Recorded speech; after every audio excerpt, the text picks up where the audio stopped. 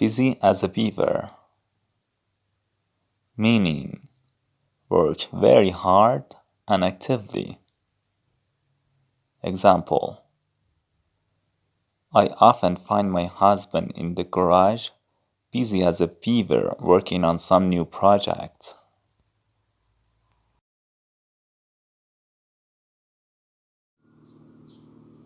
Upside down, meaning having the part that is usually at the top turned to be at the bottom. Example: turn the jar upside down and shake it.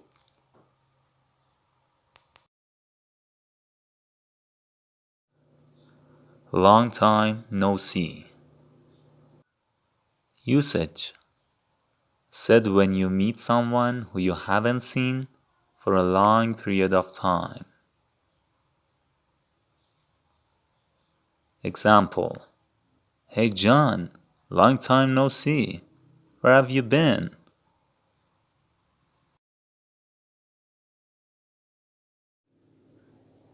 "24/7", 24 hours a day, 7 days a week, all the time. Example: their supermarket is open 24/7.